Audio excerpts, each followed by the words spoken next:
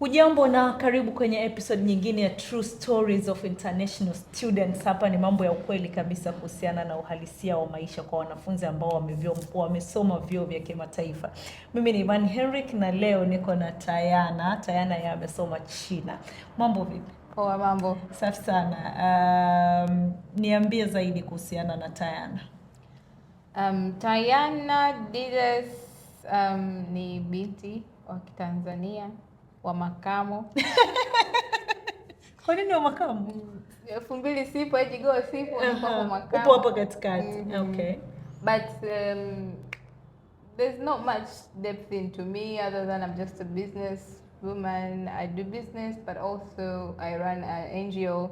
I run and manage and direct a brand called TDM Fits. It's a sportswear brand. Lakini na NGO, as I said, inaitwa Upskills Tanzania kwa ajili ya vijana na wanawake. And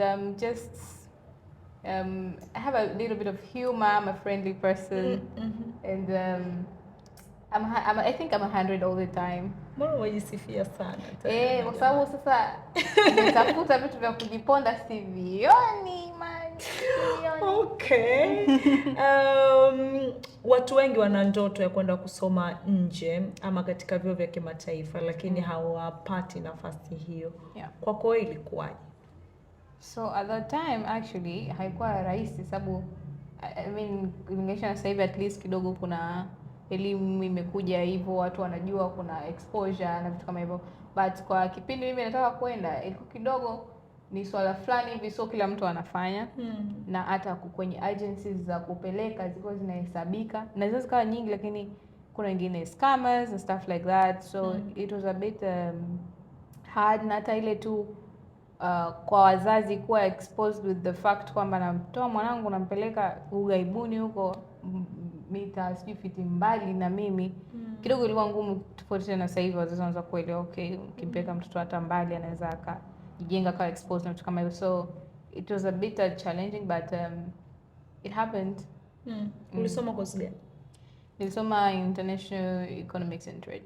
Chuo University of Henan.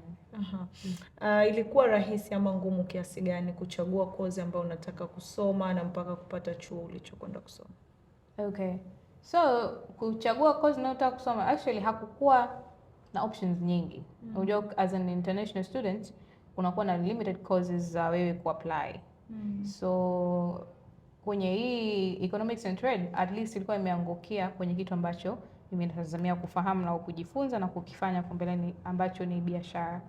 So haikuwa ngumu sana kwa sababu the options were not so many, lakini kilichokuwepo hapo ni kitu ambacho resonate na mimi nilichokwenda kufanya. Nani alikusaidia? Ilikuwa kwamba umekaa mwenyewe, ume-apply ama kuna agents? So tell me the whole process. Nilirecomendiwa an agency from a person ambaye ilishasafirishwa through that agency, and kuna namna tu ambazo uka-apply mwenyewe, lakini kuna some segment agency itabidi kusaidiwe ku-legitimize kupata admissions na vitu kama hivyo. So nilifanya zile steps za mwanzo, lakini ile agency nilirecomendiwa ilinisaidia kumalizia vitu vyote kwenye kupata admissions na visa na kusafiri na vitu kama hivyo. Wakati unapeleka idea kwa wazazi kwamba mimi nataka kwenda kusoma nje, walipokeaje? It was a little bit of a hassle kwa sababu unajua tupo kwenye familia au tupo kwenye jamii ambazo tunaamini which is not wrong. UDSM, UDOM, University of Dar es Salaam, like this chuo kina prestige na vitu kama hivyo, which is not wrong at all. Kwa mimi kuja kusema kwamba kuna chuo nataka kwenda kusoma kipo nje, hata ukienda kuangalia kwenye rankings za worldwide the best universities inawezekana hata UDSM imeipita.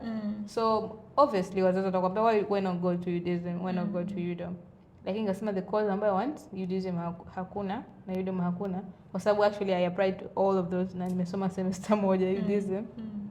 So kwa kozi ambayo sikuitaka na kozi nilikuwa naitaka haikuwepo, kwa kuna hiyo back and forth ya kwamba why don't you just stay here and kusoma UDSM or UDOM and stuff like that, but at the end of the day they understood what I wanted and I went.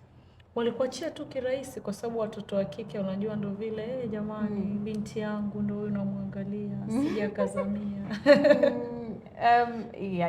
Haikuwa kiurahisi, lakini sio kwenye upande wa kuzamia, kwenye upande tu wa kuamini kwamba vyuo Tanzania vipo, mbona vizuri yuko vya nje ya nchi.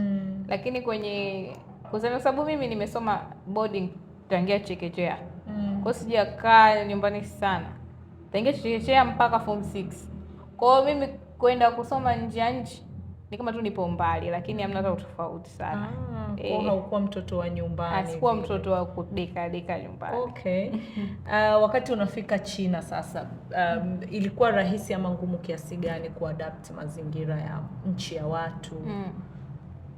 It was a little bit depressing at start, asasa kwa mtu ambaye you're not very outgoing. But for me, I'd like to think I'm a little bit outgoing, so haikunichukua muda sana cope with the environment, kukutana na mazingira tofauti, kukop nao, kuishi nao kwa mazingira mapya. Haikunichukua muda mrefu sana. But I would say it was a little bit hard kwa sababu tunajua mazingira ni mapya, watu ambao huwajui kabisa. Pia unakutana na wazao ambao wanaongea lugha ambao huijui kabisa. Hali ya hewa tu pia hujaizoea. So inaweza kukuchukua muda kidogo kuadapt if you're not that outgoing, but eventually you will, and I did. Kitu gani ulikuwa unaamini kuhusu China na ukafika pale ukakuta mambo ni tofauti na vile ulivyokuwa unadhani? Cha kwanza mimi nilikuwa nasindikizwa tu airport, ngambia msalimie Jackie Chan.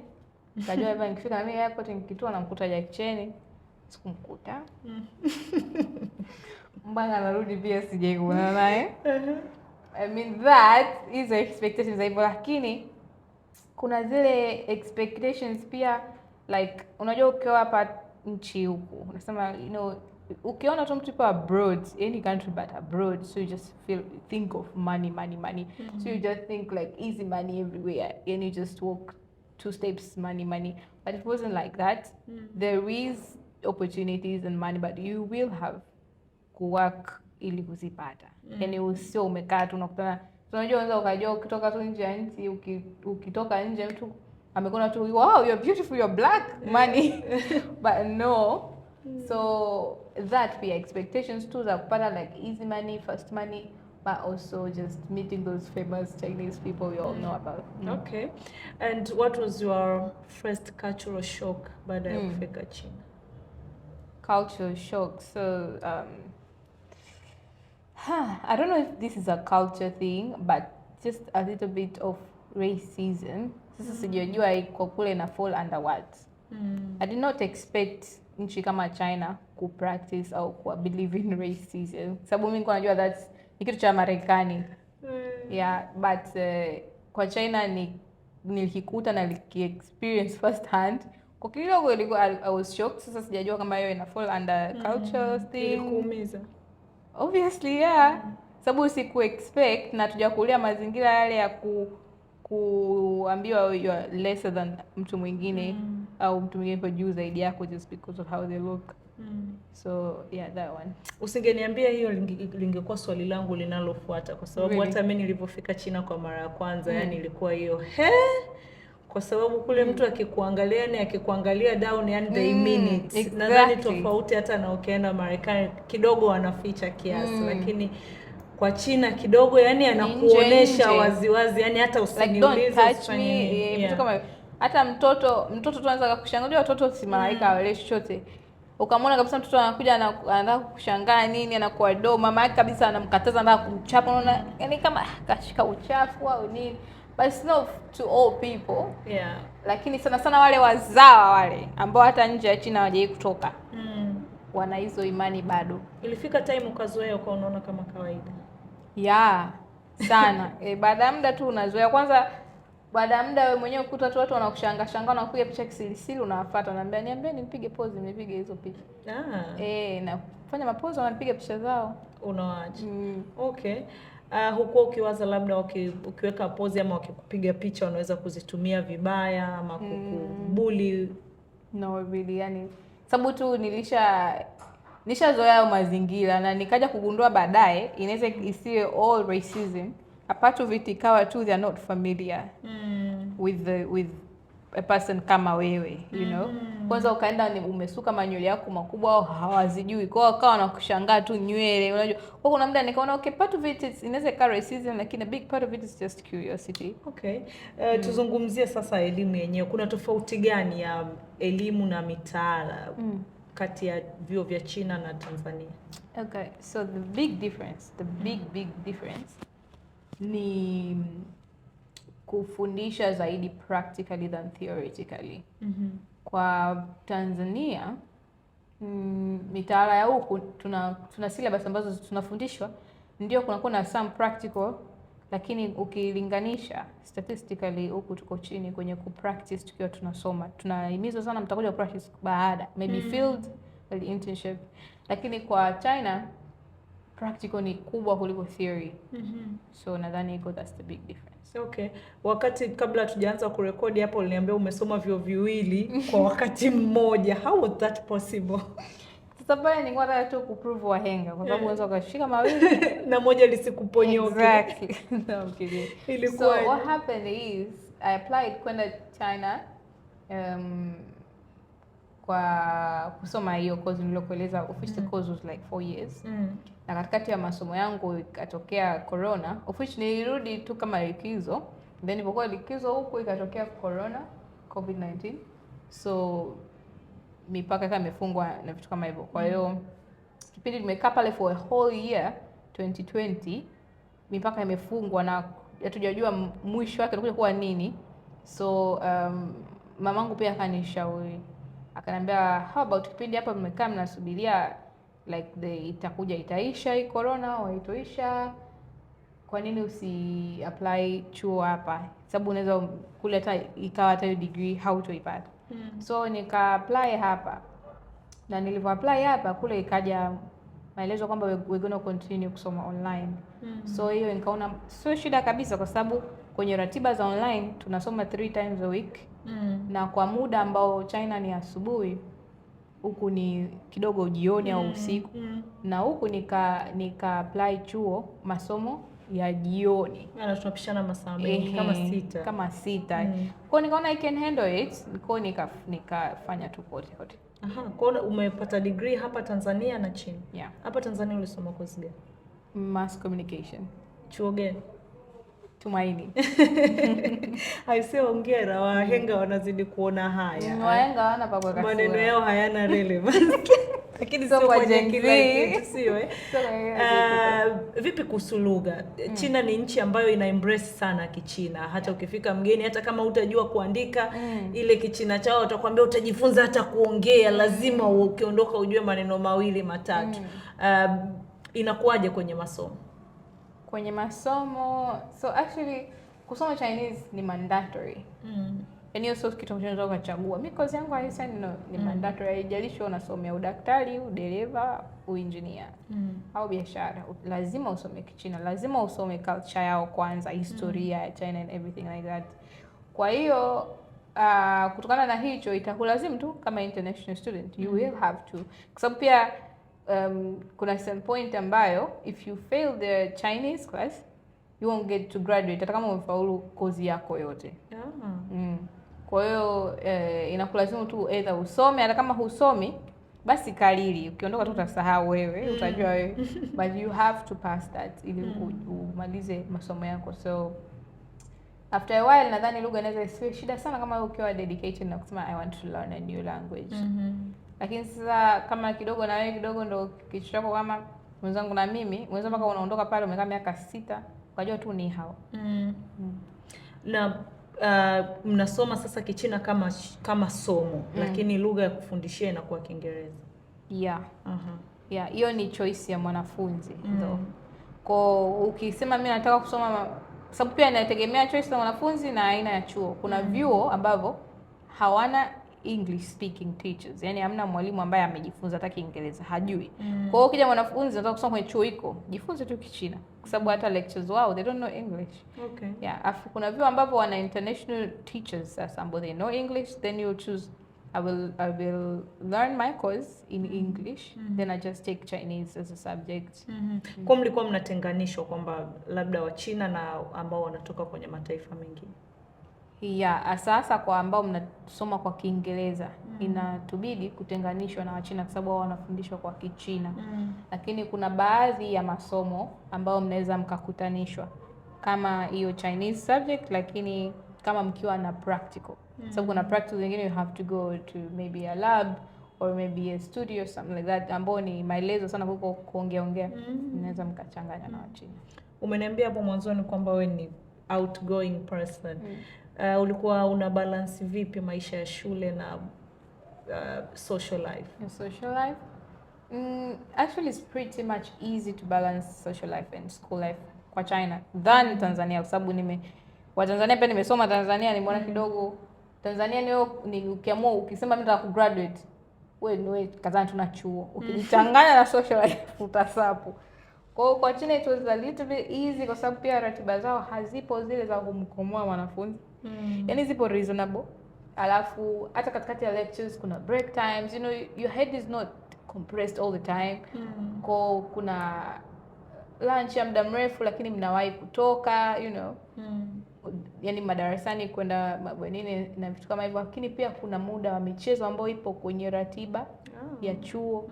Muda hizo za kusocialize, kuna muda hadi wa just games, so michezo kama mpira au nini.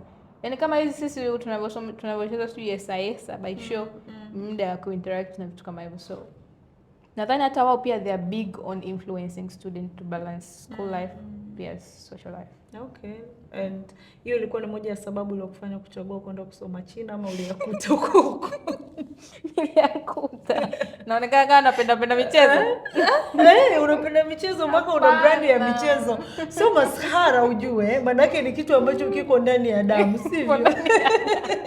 Papa, it was a coincidence. I was just there and I was like, I found my people. Okay. Tuzungumzie maisha na upande wa budgeting na pesa. Unahitaji pesa kiasi gani kuweza kusurvive China kama mwanafunzi? Okay. So, I would like to think probably this sijajua recently, so I was there for like maybe 3 or 4 years back. Lakini for that time I would say kama hauna wewe sio frugal, yani kama wewe sio frugal sana lakini sio spend sana, 10,000 kwa siku inakutosha kwa China. Kuanzia mchana asubuhi mpaka jioni. Asubuhi mpaka jioni. 10,000 ya Kitanzania. Okay. Inakutosha kula breakfast, kula lunch, kula dinner, lakini kama ni nauli hizi ndogo ndogo inakutosha kwa sababu if you're eating inside ya chuo, vyakula vya chuo vina bei elekezi, sio ile kama ma restaurant ya nje. Kama wewe sio ndio kusema nataka kupanda mataksi au sio nini, you just panda pikipiki. And kwanza most of restaurants chai yenyewe ni bure, so it's not even that expensive spending it. And itakuwa expensive China kama unapenda mambo ya kuspend. Mimi moja ya kitu ambacho kilinishinda China ni chakula. Kuchukua muda gani kuzoea chakula? Kwa sasa mimi nadhani nilichukua labda 24 hours after landing. Uliwezaje? Kwa sababu mimi I just like trying new things. Alafu I'm not a picky eater. Na nikakutana na vitu ambavyo mimi napenda spaghetti to begin with. Kwa nikaenda China nikakutana wana test ilinishinda. Wana test yao fulani si masoya gani yale. Lakini nikakuta kumbe wana varieties zingine, yani hiyo tambi moja inapikwa aina kama 300. Kasa imekuwa kosa cha muhimu kikubwa tu unaweza ukauliza, ukiona nyama ndo unajiwahi hii nyama ya nini?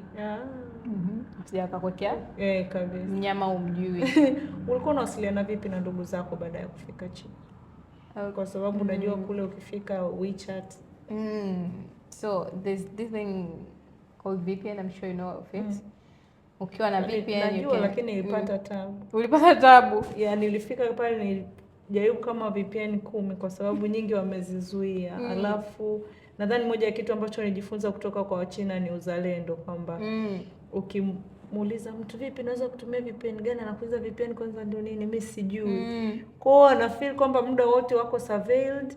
Kwa mpaka ukapate, yani nikakutana na Mtanzania lazima ndio nilikuwa kujibu hivyo. Yaani ili upate VPN nzuri, tafuta Mtanzania ambaye ipo pale mwaka hata wa 7, wa 6, atakwambia tumia hii. Kwa sasa kwa sisi tumeenda sasa, unajua kichuo lazima kuna wale wanafunzi ambao wapo pale muda mrefu. Kuna ambao wanakupokea na kuna zile African Union, you know. So they help new students when you come. Na nadhani each chuo wana that kind of system. Kwa ile kidogo ilitusaidia. Na sijui kwa nini lakini I feel like Tanzanians we are more united. Yani I mean Africans to Tanzanian we're more united mkikutana nchi ya wengine. Kwa kuna kale ka umoja kametoka out of nowhere kanatokeaga mkikutanaga diaspora. So that helped. Okay. Nini kilikuwa kinakufurahisha zaidi? Kunifurahisha? I would say just I think zile get-togethers. Na the access of like meeting different people from different countries at one place. I've never experienced that. Sana hata tukiwa huku utakuta ndio kuna foreigners lakini maybe tu Uganda au tu Kenya, lakini for the first time I was in a environment ambayo kuna Mtanzania, kuna Uganda, kuna Kenya, kuna Ghana, kuna Nigeria, kuna South Africa. So that was really nice to experience. Yeah, I think that one. Baadhi ya wanafunzi wakitoka nyumbani wakaenda kusoma nje, wana work so hard to make sure kwamba wanapata kazi huko kwa kurudi nyumbani. Kwa nini uliamua kurudi nyumbani? Umekuwa mzalendo mpaka umeanzisha brand yako, unasaidia watu kwenye sports, bado una NGO unasaidia vijana na wanawake. Okay. So me I was how I am but very patriotic. To the core, to a point. I've thought about it many times. Sabu, I am able right now at this instant to just decide I just don't want to live here permanently and then after tu nchi ya kwenda kuishi. But I just have this mad love for Tanzania. I cannot explain. And I think Tanzania is a good country to live in. I agree. Beautiful country if you have money. Yeah. Hata kama huna, I think you can survive. Ukilinganisha na ukiwa nje. Yeah. Unajua hata ukiwa huna, afu upo zako nyumbani. Exactly. Yeah. Na hata Tanzania unaweza kwenda kwa jirani ukamwambia naomba kitu fulani. Lakini ukiwa abroad kwenda hata kwanza jirani umuone. Jirani unamuonea wapi? So me I had this mad love for my country and I was like working. Sababu hata mimi kipindi hata unavyosema kwamba wazazi wanakuachaje mnaenda nje unajua utarudi. Kwa mimi nilikuwa wanajua kabisa na hakisha jamani mimi siwezi nikaishi nchi tofauti na Tanzania. Lazima kurudi. Hata kama ni not how much successful. And I would love to go and learn what they're doing because they are a developed country. And learn some techniques and learn how do they do it, how are they doing it, ili na mimi nichukue hao maujuzi au maarifa and go to apply them back home. Because that was my goal and intentions from the beginning, kabla hata ndo kipindi na apply kwenda. Kwa hata nilipoenda nikakutana na hata kama ndo nchi ni nzuri to what extent, but that did not change my mind. I was just thinking of like when am I going back home. Ukizungumza na vijana wengi wa Tanzania ukiuliza changamoto gani na wakumba vijana, ajira inaweza kuwa namba moja. Labda hata kwa vijana 10 utakaozungumza na hali ikoje China? Kwa Wachina sasa au kwa diaspora? Kwa Wachina. Kwa Wachina, the thing is that country is mad organized. Kwa hiyo sasa the system yao tu inamuumbia citizen wao hata akiwa na miaka 3. Anajua kabisa huyu akigraduate aenda kufanya kazi wapi. Kwa ile nchi utakuja kuona siku na mikia ni employment kwa sababu they are already organized to a T. Na nadhani that process was just built maybe just ni sio kitu cha usiku mmoja. The whole country as a communist country, they planned on the China they have now for generations back, maybe even like 50 years, 40 years. Kwa hiyo wale swala la employment is not even a problem. Okay. Yeah. Unadhani vijana ukiwauliza wa China changamoto kwao ni nini? Kwao wanapitia changamoto gani? Kwao nadhani tu ile the fight ya kupambana kutokuwa westernized. Kwa sababu we are in a world where tayari kuna globalization and all that na internet na tunakuwa kwa haraka sana. Kwa wale wapo ni a communist country as I said, na kama umesema ni wazalendo pia. Kwa hiyo kutengenezwa na kulelewa believe in China and China only. Kwenye kuanzia culture, economically, socially, whatever. Kwa sasa tumefikia stage ambayo kuna vitu huwezi kuvizuia kama hivyo utandawazi.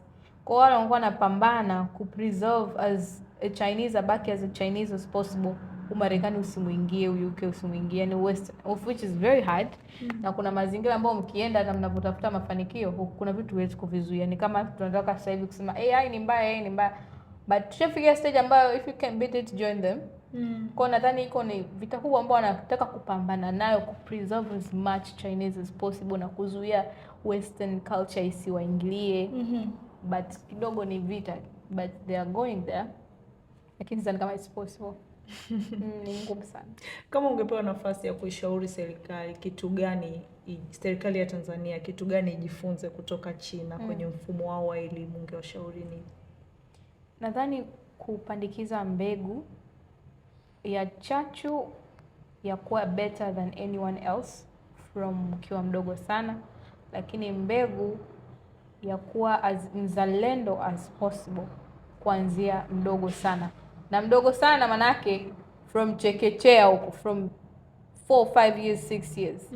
Sasa sisi nadhani tunaanza kufundishwa yale mambo ya maendeleo, mambo ya uzalendo, mambo ya uchapakazi tukishakuwa teenagers.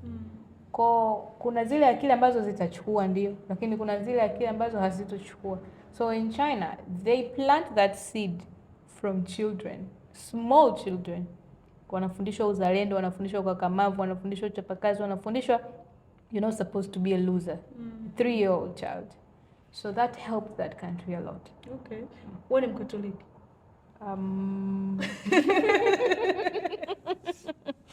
Nimebatizwa ndio Katolikini. Nikamiaga kwenye usabato. System ya kuworship baada ya kufika China ilikuwa moja ya kitu ambacho kilinitesa. Me too. Unajua mimi nilikuja kugundua kuna watu wanaenda kanisani pale nishaka kama miezi 6. I'm telling you. There's a church. Yes. Wapi? Kwanza padri anaongeaje? Mnasikizaje mahubiri kwa Kichina? Yaani ndio unaambia kumbe kuna misa ya Kiingereza, lakini iko kitu paka ujue wewe inabidi wewe uwe mtu wa dini kiasi kwamba umefika cha kwanza naulizia kanisa na kwa sasa kama wewe una udini wa namna hiyo kwanza wakakamba kwa unaondoka usione kanisa. I say hakukuwa na ile kama organizations za wanafunzi labda waseme vitu kama TYCS, UKWATA na nini na vyuo, kwa sababu nadhani Waafrika wengi ni changamoto ambayo wanakutana nayo. Sasa solution plan B waga wakienda kwenye kijiji ambacho maybe kanisa lipo mbali, ni ndio unakuta Waafrika wanaungana, wanatafuta tu chumba kitakuwa kama kanisa, viongozi wanajiteua, mwingine atakuwa anahubiri, lakini sio mtu wa nje, ni sisi kwa sisi. Kitu kama hiko pia kilikuwepo. Nilikuwa sio kama niwahi kwenda, actually nilikuwa nasikiaga siku Jumapili kuna watu wanaimba huko nyimbo za Injili kwa mbali. Niambie kuhusu mambo ya access to information, mambo ya kujieleza. Nadhani that's among the things ambayo pia nilishangaa China kwamba hakuna private media. Kuna media moja 2020. Mimi nimeenda China 2023. Na nikawa nashangaa kwa sababu mimi ni journalist, kwa tulipitishwa like tulijua hiyo information system yao ilivyokaa, and kwa tunaangaliana tunasema so kwa nyinyi kama kupata habari mlikuwa mnafanyaje, mnafuatilia vipi, and kuhusu nyinyi wenyewe pia kuwa free kama kujieleza, kuexpress, hali ilikuwa vipi? So I think China's system of information is very strategic and planned. Hakuna kitu utakachokisikia au kitakachokufikia wewe ambacho hakikupangwa kukufikia. Kwa utasikia wanachotaka usikie. And that I think is for a reason, maybe for just sort of a discipline or maybe a control or something like that. Lakini that was their system. Yani kitakufikia ambacho wanataka kikufikie. Sio tu habari mradi ni habari. Hii habari tunataka iwafikie wananchi. Hatutaki utoisikia. Wakisema itakufikia inawafaa watakufikishia. Kwa the information kwa tunasikia vitu ambavyo vinabidi tuvisikie. Sababu kuna matukio ambayo yanaweza kutokea ukashuhudia ukasema this is news. na kesho usisikie anywhere about it. Kwa unakuja kugundua okay, they are controlling every aspect of information and media in this country. Kwa nadhani sisi sasa information za China sana sana zikuwa zinatu maybe sasa za nchini kwetu huku. Na kuhusiana na uhuru wa kutoa sisi maoni yetu na vitu kama hivyo, sasa nadhani kwa sisi kopo vitu vinavyo concern tu ni maybe academic issues, you know, housing and stuff like that, ambazo vitu tutakuja tu kuvi address kwa viongozi wanaambia walimu wenu, so vitu nje na hapo. Mambo gani ulitamani uyajue kuhusu China na hukuyajua, na ulivyofika kule ukasema I wish ningejua hiki kitu ama ningejua this thing? Entertainment industry ya China. Yeah, I never knew about it, but I really loved to know about it. Nilikuwa nataka kujua tu the whole system entertainment industry yao ipoje na ranije, you know, how they organize their staff in kwenye sector tu ya entertainment, kwa sababu kwenye vitu vya political, vitu vya socials vingi unaweza ukawa na access na, lakini hizi entertainment unaonaga tu outcome ya mwisho. Utakuta tu movie zao zishatoka ndo hizi, maybe tu na nyimbo zao moja ndo hizi, lakini the whole shebang, the whole process behind creation, I never knew about it and I was curious. And what did you learn? I tried to, lakini sasa ikawa kama not to an extent kwamba learn to a full perspective. Nijaribu tu kwa uchokozi wangu kuchokona kwangu, nikatafuta some locations, some addresses to try to learn how they work, some sets and stuff like that, lakini most places unaweza ukasema opportunities huwezi kuzipata kwa ukubwa just because of you're a foreigner na vitu kama hivyo, but sikuijua ni kwa vasti hivyo till today. Do you think wana feature kama system yao ama kufanya huku explore kutosha? Ina ni ngumu sana, ni ngumu. Yani mpaka wewe umekuja kuwa into that inner cycle. You've worked hard and you've stayed there for a long time. Yeah. Kwa hiyo kitu kingine nataka kujua, kama mtu anataka leo kwenda kusoma chuo China, unaweza kumwambia vitu gani anatakiwa kuvijua na vya muhimu kabisa kabla hajafanya maamuzi? So actually cha kwanza kabisa ni kuwa ajiekee akili ya kuwa open minded. Open minded nikimaanisha kwenye upande gani? Kwenye upande wa baada umeenda kusoma, si mtu unaposoma malengo yako ni nini? Si uje baadaye ufanye kazi ufanikiwe. Kwa hiyo ujiekee open minded kwamba either way I'm gonna get employed or I'm gonna be self employed. Either way I'm gonna work hard to achieve my goal. Lakini sio kujiweka kwenye box na kujitarget like this is my one and only goal in life. I think that's the first thing. Lakini cha pili is just you know, be exposed na au kuwa tu tayari kisaikolojia with kukutana na different environment, kama hivyo hali ya hewa, aina ya watu, yani kuwa tu tayari na mabadiliko kwenye mfumo wako wa maisha ya kila siku.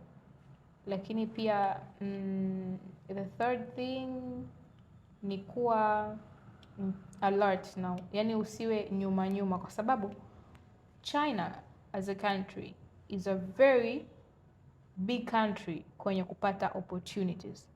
In China alone, hajaishi umeenda kusoma ufanya nini, but that country can change your life 100%. Yani inaweza turn over mfumo wa maisha yako from south to north. Yani just the fact kwamba wewe unapata access ya kutoka Tanzania kwenda China, where you are 10 steps closer to success. I'll tell you that. Na kuna nchi nyingi duniani, I know, na this is a bold statement, but I'll tell you that 100% and I will repeat it. Yani wewe kupata tu access kwamba mimi naenda China kusoma, biashara, whatever, tuseme kusoma, you are 10 steps ahead to success. Kwa it's just you kuwa alert and open-minded to go grab those opportunities, not wait for them to come to you. baadhi ya watu wanaamini kwamba sio tu elimu, vitu vingi kutoka China kama fake hivi. Kishaona made in China unaona kama made in China. Made in China. Yani hata elimu, yani watu wakisikia umesoma China wanaona kama bwana China bwana vitu vyao bwana vitu gani hivyo. Lakini kwa kwa wewe umetupa uzoefu tofauti kabisa. Ni kwamba watu wanaamini uzushi ama namna gani? Unajua mimi nilikuja kugundua baadaye, tulikuwa tumepata hiyo perception kutokana na sababu mbili. Moja, how cheap it is. It doesn't matter. Unajua unaweza mtu ukiwa unasema naenda kusoma nje ya nchi, tunawaza hata milioni 100, milioni 50 napata wapi? Lakini sasa it came this country out of nowhere. Una milioni 10 unamaliza zako. Unajua kuna vyuo vya milioni 5. I'm telling you, na hivyo vyuo Tanzania pia vipo. Kwa kumbe kuna chuo kinalingana na ada Bongo na China. Kwa hicho mtu ukisema michezo hii Zayoni. Sorry, nimename kitu cha watu. But that's one, like the cheapness of how cheap it is. Most people will perceive it as maybe fake or low quality. Lakini ukiachana na the cheapness, ni the access, ni kwamba everyone has access. I'm not ile you know, the exclusivity of something. Sasa ule exclusivity is what most people perceive as high quality or original, kwa sababu just few people have it. Sasa China wamekuja na hii tekniki yao ya wao kuwafaidisha na nchi yao na uchumi wao kuwapandisha. Wame bwana, everyone has access to this country. Hatubani visa kusema sio ndio uje hapa ufanye interview 7 no. You just qualify these qualities, you come. Alafu kuna steps, kuna levels, kwamba kuna grade A, kuna grade B, kuna grade C, na tunataka kila mtu hapati. Kwa hata grade F huko tunataka wapate. So we will make something for everyone, even if itabidi sasa viwe cheaper for anyone to get. So I don't think China has fake things or low quality things. It's just it has things for everyone. Ndo China. Yaani sio kwamba ina vitu tu vya bei rahisi au vitu fake, ni kwamba ina vitu kwa ajili ya kila mtu. Lakini ukienda China pia ukitoa elimu. Kwenye bidhaa unaambiwa hii ni kama African market. Yaani hivi vimetengenezwa kwa ajili labda vinaweza tu kupelekwa Afrika. Na watu wanaona kama ni vitu ambavyo labda vinaweza kuharibika haraka na nini. Wewe kwenye maisha yako ya kusoma najua umeshafanya shopping na nini. Vitu vilidumu ama na ulipelekwa sasa hii ndo first class. Sasa haipo kwamba sijui ni kwa Afrika, pana. Ni inakuwa ina grade kwamba high grade, normal grade au low grade. Alafu kwenye vitu wanapokuambia this is for Africa, sio kwamba ni vitu vya quality ndogo, hapana. Wao wanasema hivyo kwa sababu ni vitu ambavyo Waafrika wengi wanavipenda. Sasa sisi Afrika tunapenda vitu vya bei ndogo, hizo sio shida za China, maybe ni sisi. Kwa wao wanakuambia vitu ndio vya Afrika, sio kwa sababu vina quality mbaya, hapana. Kila Mwafrika akienda ndo anakioda iko. Kwa kumbe mwisho siku kumbe sisi tunapenda vitu vya bei rahisi, tunasingizia China watu. Kwa mimi mostly kwenye vitu nadhani kama electronics ndio wanakwambia this is made for Africa, na ni kwa sababu ya megawatts sijui. Unajua umeme wetu huku unavyotolewa sio kama kule. Na aina ya cable. Aina ya cable. Kwa wanakwambia hizi ni kwa ajili ya Afrika. Hata kuna vyombo, niliendaga kufanya order ya vyombo. Kuna vyombo wakaniambia let me take it to African utensil market. I was like, kwani Afrika wanakula kwenye vyombo tofauti? Ngaja kugundua ni vile vyombo vimechorwa maua. Na akasema kweli hivi kali yako vimejaa. Kwa kumbe wakishaona order nyingi za aina fulani zimetoka Afrika, okay, this is Africans favorite. They name it. This is for Africa. Baadhi ya watu pia wanaamini kwamba wanafunzi baadhi wakienda ni rahisi sana kuingia kwenye mkumbo wa madawa ya kulevya na kuuza na vitu kama hivi. Hii unaweza kuzungumzia vipi? Okay. So I think that maybe two kind of groups ambazo they are likely kuangukia kwenye mambo hayo. One ni mtu ambaye ametoka huko, dhamira yake sio naenda kudumbukia kwenye madawa, hapana. Anajua kabisa naenda kufanya mishe hizo za madawa. Yaani katoka Tanzania akaambiwa unataka hela, kafanya mishe hii. Kwa hiyo katoka tangu nyumbani, hilo ndo lengo lake. Amejipanga. Ataenda kwa tafuta connection au kama endo connection whatever. Lakini kwa wale ambao they were not lengo lao la awali wakakutana na kule, nadhani ni kwa wale ambao sasa wakishafika kule wanataka yale mafanikio ya haraka ambao walikuwa wanayaona kwenye TV au kwenye mitandao. Kwa hiyo unakuja unaona umefika tu kawaida ndio na maisha yako ambayo ndio ya kila siku. Afu unakuja kuona what you ordered is wanasema vs what you get. Bwana mimi sasa nimemwona Tana yana ball kila siku. Mbona namuona na Tesla, mbona naona na Lamborghini, ana Porsche. Mbona kila iPhone mpya ikitoka anayo. Anafanyaje? Nakuja kupiga mahesabu yako. Unafanya kazi, unafanya part time, unaenda darasani. Lakini hizo hela za zilizozidi za kufanyia hizo matumizi huzioni. Ndio utapokuja mtu pembeni anapokuambia wewe usimuone vile yule. Wazako anafanya maisha hii. Na wewe ukitaka fanya. So unaona vitu kama kwa unakuja kudumbukia unapotaka mafanikio ya haraka ya kuigaiga mitandaoni au umetoka huko nyumbani unaenda kufanya hiko kitu. Of which is totally wrong kwa sababu kuna watu wengine wanaingia kwenye hayo mambo kwa kudanganywa. So kila kitu unachokiona mtandaoni ni cha ukweli, so kitu unachokiona kwenye TV ni cha ukweli. So kila maisha anayokufrontia mtu like I have money, you think like there's no other way they have all that money. They must be selling drugs, which is not right. Kwa mzazi ambaye anatamani kumpeleka mtoto wake China, unaweza kumwambia ni vitu gani azingatie? Mzazi azingatie yeye au kwa mtoto? Hata yeye tu kwenye maandalizi yake, kwa sababu umeshatuambia anayekwenda kusoma azingatie nini, lakini mzazi ambaye anapeleka mtoto azingatie vitu gani? So first of all, azingatie kumweka tu mtoto wake kwenye maombi kama ni mtu wa imani. Siache kumsalia mtoto wake au mtu anayemlea ambaye ndo anasafiri, sababu obviously Mungu kwanza kwenye kumlinda in all angles. That too, communication ni kitu cha muhimu sana, sababu mawasiliano, ukiwa unawasiliana na mtu wako wa karibu ambaye sasa hivi labda ndio ipo mbali, inakuweka wewe at ease because it's like they're just here. Unajua ndo simu zimeturahisisha.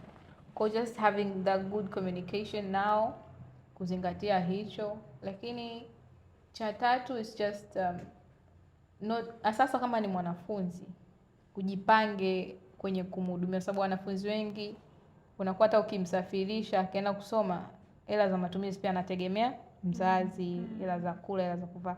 Kwa ujipange, sio kwamba tu una hela ya ada twende Afrika Kaisari atajua Kaisari. Mwisho siku mtu akiwa nje unapata ile perception ya kwamini nje ataenda atajitafutia atapata. Ndio hapo huyo mtoto akienda hana apati, anadumkia kwenye makundi ambayo sio mazuri au maadili ambayo sio. Kwa mzazi pia kumzingatia mtoto wako au mlezi kumzingatia mtoto wako financially, hasa mwanafunzi, inamuepusha na kuanguka kwenye vitu vingi sana vibaya. Kwa sababu anakuwa sasa hana ile vishawishi ya kwamba I don't have any other choice, I don't have money, so I just have to do this ili nipate hela. So I think that one. So good communications, be there financially for them na kumsalia kwa Mungu. Okay. Inaruhusiwa kwa wanafunzi kufanya kazi za muda mfupi kama part time, hotelini, restaurant? If you have a permit, a working permit only. Tofauti na hapo, you are going to do that illegally. It's not legal. Na mwisho wa siku kikakuramba janzi, unaenda zako nyuma ya magongo kule. Sawa, mimi nadhani muda umetupa mkono, lakini nimefurahi sana kuzungumza na wewe na asante kwa kutupa story yako, real story ya China. Natumaini kwa wewe ambaye unatamani kwenda kusoma China umejifunza mengi sana siku ya leo. Mimi ni Imani Henrik, mpaka wakati mwingine, kwa heri kwa sasa. Thank you. Thank you.